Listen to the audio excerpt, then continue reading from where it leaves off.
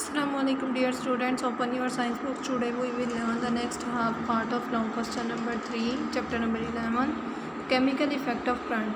कल हमने heating effect of current में पढ़ा था कि जब भी इलेक्ट्रिक करंट किसी वायर में से गुजरता है तो वहाँ पे हीट और लाइट एनर्जी प्रोड्यूस करता है। तो केमिकल इफेक्ट ऑफ करंट में क्या होता है, सबसे पहले करंट क्या होता है, फ्लो ऑफ चार्जेस। किसी भी वायर में से जब चार्जेस फ्लो करते हैं तो उसका हम कहते हैं करंट गुजर रहा है। केमिकल इफेक्ट में क्या होता है, यही चार्जेस का फ्लो जब किसी एक्वस सोल्यूशन में यानी किसी लिक्विड सोल्यूशन में से गुजरता है, करंट जब किसी लिक्विड सोल्यूशन में से गुजरता है तो वहाँ पे वो कुछ केमिकल रिएक्शंस होने का सबब बनता है। जब ये केमिकल रिएक्शन होते हैं तो इस चीज़ को हम कहते हैं chemical effect of current. Chemical effect of current क्या है, जब इलेक्ट्रिक करंट किसी एक्वस सोल्यूशन में से गुजरता है तो कुछ केमिकल रिएक्शंस का सबब बनता है। अब सोल्यूशन क्या होता है, mixture of solute and solvent. Solute हम उस चीज़ को कहते हैं जो किसी भी सोल्यूशन में कम मिकदार में होती है, और सॉल्वेंट हम उसको कहते हैं जो ज़्यादा मिकदार में होती है। मोस्टली पानी के लिए हम सॉल्वेंट का वर्ड यूज़ करते हैं।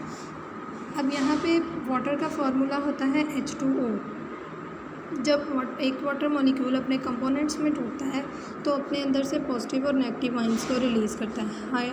H2O जब अपने कंपोनेंट्स में टूटेगा तो यहाँ पे जो पॉजिटिव आइन होगा वो हाइड्रोजन होगा और नेगेटिव आइन जो होगा वो ऑक्सीजन होगा। इसी तरह हमारे पास एक और कंपाउंड होता है जिसको हम HCl या हाइड्रोक्लोरिक एसिड कहते हैं। जब ये अपने कंपोनेंट्स में टूटता है तो यहाँ से एक पॉजिटिव आइन यानी हाइड्रोजन और एक नेगेटिव आइन यानी क्लोरीन रिलीज़ करता है। जब भी किसी मिक्सचर के अंदर हम नेगेटिवली चार्ज आइन को देखते हैं तो नेगेटिवली चार्ज आइंस के लिए हम वर्ड यूज़ करते हैं एनाइन, यानी जो भी नेगेटिवली चार्ज आइंस होते हैं उनको हम एनाइन कहते हैं। यहाँ पे हमने दो कंपाउंड्स पढ़े थे जिनमें ऑक्सीजन और क्लोरीन नेगेटिवली चार्ज आइन थे।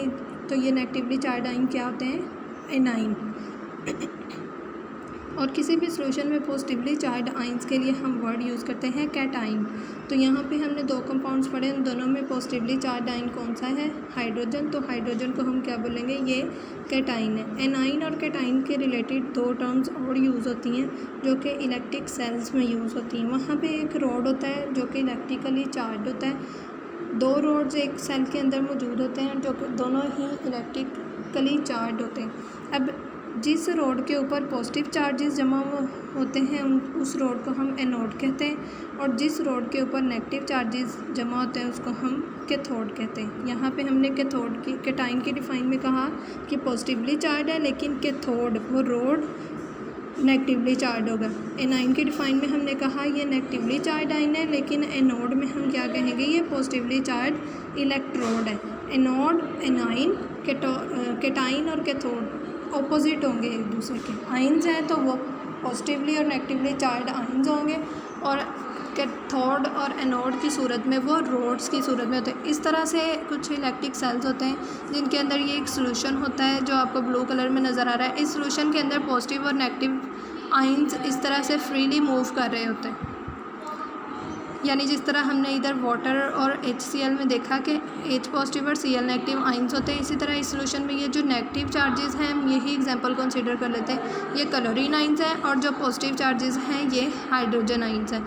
अब इस इलेक्ट्रिक सेल में हमने दो रोड्स इंसर्ट किए हुए हैं, दोनों रोड्स इलेक्ट्रिकली चार्ज हैं। जिस रोड के ऊपर पॉजिटिव चार्जेस की कलेक्ट किए हुए हैं उस रोड को हम एनोड कहते हैं, और जिस रोड के ऊपर हमने नेगेटिव चार्जेस कलेक्ट किए हैं उसको, या नेगेटिव चार्ज टर्मिनल के साथ कनेक्ट किया हुआ है, उसको हम कैथोड कहते हैं। Cations are positively charged ions, cathode is negatively charged electrode. Same इसी तरह से anion are the negatively charged ions and anode is the positively charged electrode. तो ये ही पॉजिटिवली और नेगेटिवली चार्ज आइंस जो होते हैं, ये जैसे HCl में हमने रीड किए, जब ये इन कैथोड और एनोड के ऊपर आके तो कलेक्ट हो जाते हैं, यानी अब पॉजिटिव चीज़ जो होती है वो नेगेटिव की तरफ अट्रैक्ट करती है। जितने भी सोल्यूशन में पॉजिटिव आइंस होंगे वो कैथोड की तरफ चले जाएंगे, यानी क्योंकि कैथोड नेगेटिवली चार्ज है तो ये नेगेटिव और पॉजिटिव एक दूसरे को हमेशा अट्रैक्ट करते हैं। और जितने भी सोल्यूशन के अंदर नेगेटिव चार्जेस होंगे वो सारे एनोड की तरफ चले जाएंगे, क्योंकि एनोड पॉजिटिवली चार्ज है तो opposite charges always attract each other.